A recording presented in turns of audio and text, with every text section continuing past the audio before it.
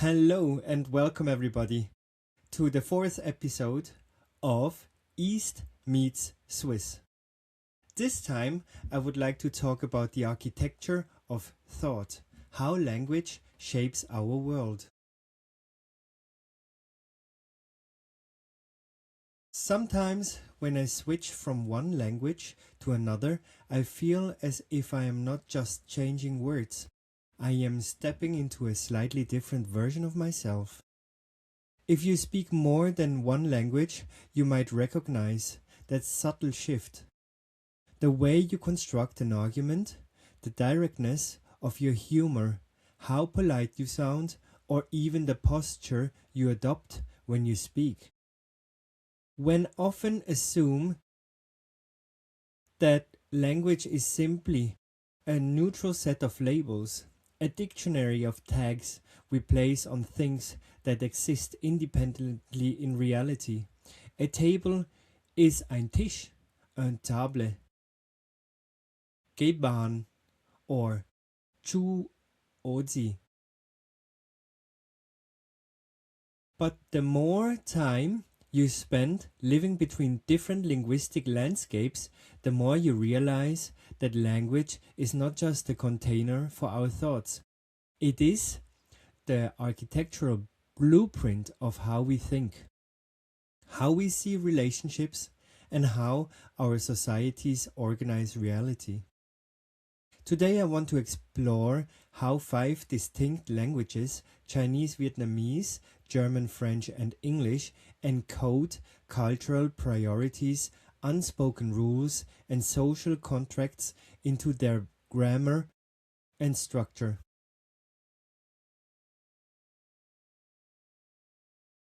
There is a long-standing debate in linguistics known as linguistic relativity. Does our language determine what we can think, or does it merely nudge our attention towards certain aspects of reality? Most modern thinkers agree that language does not imprison us. You can express any complex idea in any language if you try hard enough. But what language does do is force you to pay attention to specific details, whether you want to or not. Every language is like a pair of tinted glasses. Some lenses force you to focus on who has the authority. Others force you to specify exact timing, gender, structural precision, or social distance. Let's step through a few of these rooms and see how our minds adapt. Let's begin in Europe, right here in the heart of Switzerland, where German and French coexist. Consider German. German is famous, sometimes infamous, for its rigid grammatical structure and compound words. In German, when you build a subordinate clause, the key action verb is held back until the very end of the sentence. Think about what that requires psychologically. In German, you cannot interrupt someone half through a sentence and assume you know what they mean, because the action itself, the core predicate, is waiting at the finish line. It demands cognitive patience, structural discipline, and complete forethought before speaking. German also has a unique genius for compound nouns.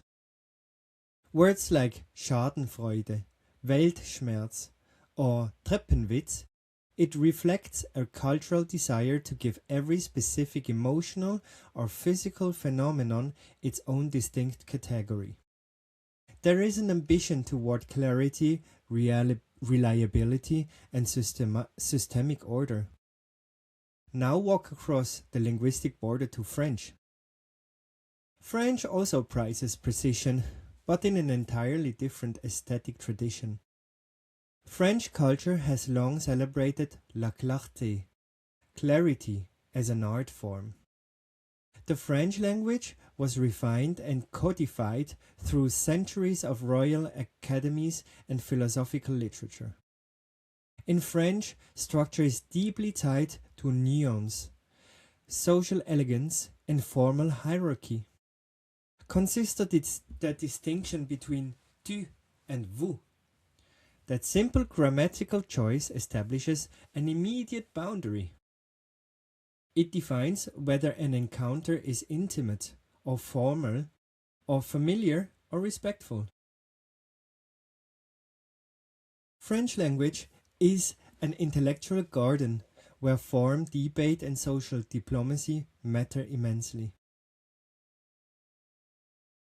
Then we have English, which evolved through very different historical paths. English is a linguistic hybrid, a Germanic skeleton layered with French, Latin and Scandinavian vocabulary. Because it evolved through widespread trade, colonization and global exchange, it developed a remarkable grammatical flexibility. In English, nouns easily turn into verbs. You can Google something, table an idea, or pivot a company. English strips away grammatical gender. It does not force you to decide between tu and vous, du und sie. Everyone is simply you. This creates an inherent cultural pull toward accessibility, pragmatism, and causal egalitarianism. English is built for speed, utility, and directness. The downside? Because English is less strictly bound by formal honorifics or intricate grammar rules, much of the meaning must be carried by context, tone of voice, and body language. It feels open and democratic, but it can sometimes hide social hierarchies beneath a surface layer of informal friendliness. Now let's cross over to East and Southeast Asia, where the relationship between language and society shifts radically. Let's look at Vietnamese. In English, German or French, the default words for referring to yourself and another person are simple I and you, ich und du, je et tu. In Vietnamese, a simple neutral I and you almost does not exist in polite everyday conversation. Instead, Vietnamese uses an intricate system of kinship terms as pronouns. Every time you address someone, you must establish where you stand relative to them in age, generation, and social hierarchy. If you speak to someone slightly older, you address them as an older brother or chị, older sister, or refer to yourself as younger sibling. If you speak to someone who is your parents' generation, you might call them chú, uncle, cô, aunt, bác, elder, aunt, uncle, while calling yourself cháu, niece, nephew. Notice what happens here. In Vietnamese, you cannot speak to another human being without first defining your relationship to them. You are newer on isolated, abstract individual speaking into a vacuum. You are always an older brother, a younger sister, an aunt, a grandchild. The language embeds you into an extended family web from the very first word. This fosters a culture of deep interpersonal awareness, generational respect, and communal belonging. But it also means that you can never truly step outside the social hierarchy. Equality of age and status is rare. Every conversation is an exercise in relational placement. Next, we arrive at Chinese. Chinese grammar is famously minimal in ways that Western learners often find fascinating. There are no verb conjugations, no grammatical genders, no singular, no plural, no noun changes. No strict tenses in the European sense. Time is indicated simply through context or time markers like yesterday or already. Because the grammar does not force you to nail down every grammatical technicality, Chinese is a masterclass in high context communication. Meaning is not just spelled out mechanically on the surface. It lives in the shared understanding between the speaker and the listener. The harmony of the whole picture matters more than dissecting each moving part. Furthermore, Chinese is written in characters, Hanzi, rather than a phonetic alphabet. Characters are ideographic and associative. When you learn the character for good, how, you see the combination of the radical for woman and child.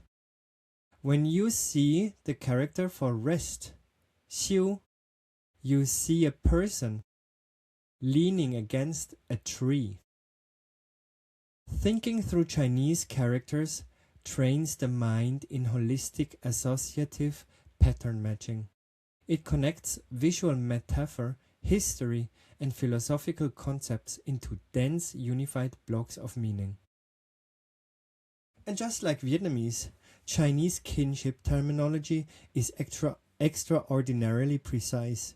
You do not just have an uncle or a cousin. The language requires you to specify whether the uncle is from your mother's side, jiu jiu, or your father's side, shu shu, or bobo, and whether he is older or younger than your father. Language preserves the lineage and honors the social fabric. When we place these 5 languages side by side, we see 5 different philosophies of life. German asks, what is the exact systematic rule and definition of this concept? French asks, how do we express this with intellectual elegance, logic, and appropriate social nuance? English asks, what is the most practical, direct, and universally adaptable way to say this? Vietnamese asks, who are you to me? Who am I to you? And how do we honor our generational bond? Chinese asks, what is the broader context, the balance of the relationship, and the harmony of the whole? None of these systems is inherently superior to another. Each was forged by geography, history, philosophy, and the collective survival strategies of the people who spoke it. Understanding these linguistic foundations helps explain why cross-cultural communication can be so tricky. Even when everyone is speaking grammatically correct English in an international meeting or a personal conversation. Imagine a Swiss or a German professional collaborating with a Vietnamese or Chinese counterpart.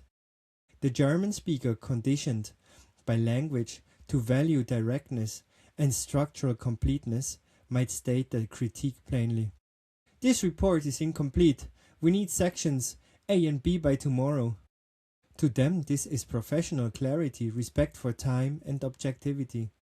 To the East Asian listener, whose native language is deeply tuned to relational harmony and face-saving context, that direct phrasing might sound aggressive, uncaring, and dismissive of the relationship. Conversely, an East Asian colleague might communicate a disagreement subtly. That is an interesting idea, but perhaps we should look at other possibilities first. The Western colleague might hear that and think, great, they liked my idea. Let's proceed. Completely missing the soft, polite note that was being delivered through the context. I'm laughing here, really. It's so funny when I think about it. and it might have been appeared in my professional life before many times.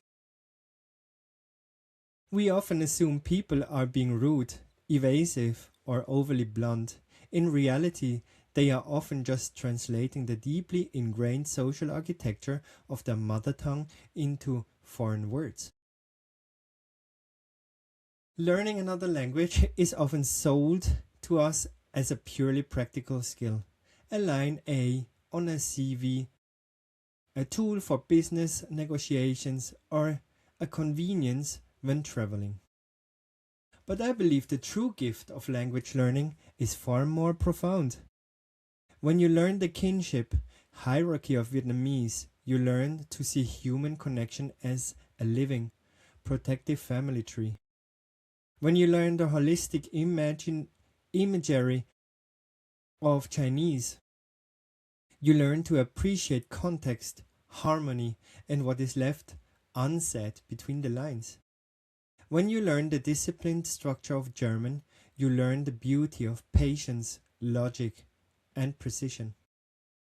When you learn the nuance of French, you learn the art of diplomatic clarity and intellectual refinement. And when you speak English, you experience the dynamic freedom of a global common square. Perhaps wisdom does not lie in choosing one linguistic worldwide over another, worldview over another. Wisdom lies in realizing that no single language can capture the full richness of human experience.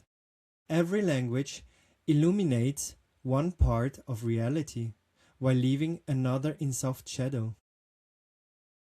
When we take the time to understand not just what people say, but the linguistic world they come from, we stop demanding that everyone think the same way we do.